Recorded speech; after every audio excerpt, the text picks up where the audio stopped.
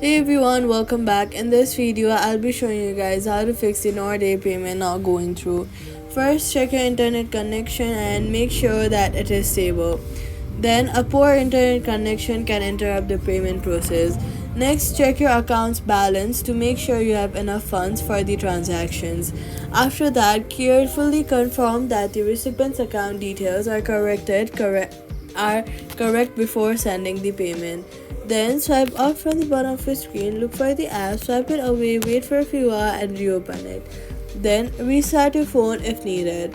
Make sure the app is updated. Head over to your app store or your Play Store, search for the app and make sure that it is updated to the latest version, as outdated versions can cause payment issues. If the app still does not go through, wait for a few minutes and try again, as there may be temporary server issue. That's how you fix the Nordea payment not going through. Subscribe for more simple and helpful guides.